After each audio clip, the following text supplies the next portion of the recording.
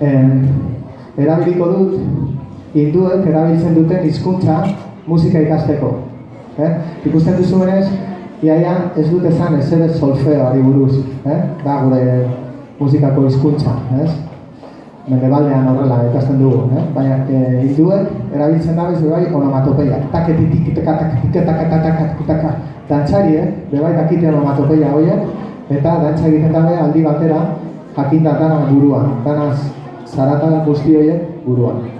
Eta pieza bukatzen da melodia polit batera, da mesako melodia bat. Ea gustatzen zaizuen. Ey, takala, tum, takala, tum, tum, takala, tum, tak, tukala tika, tum, tukala kita, tukala kita, tukala tika, cak, takatum, takala, tum, takala,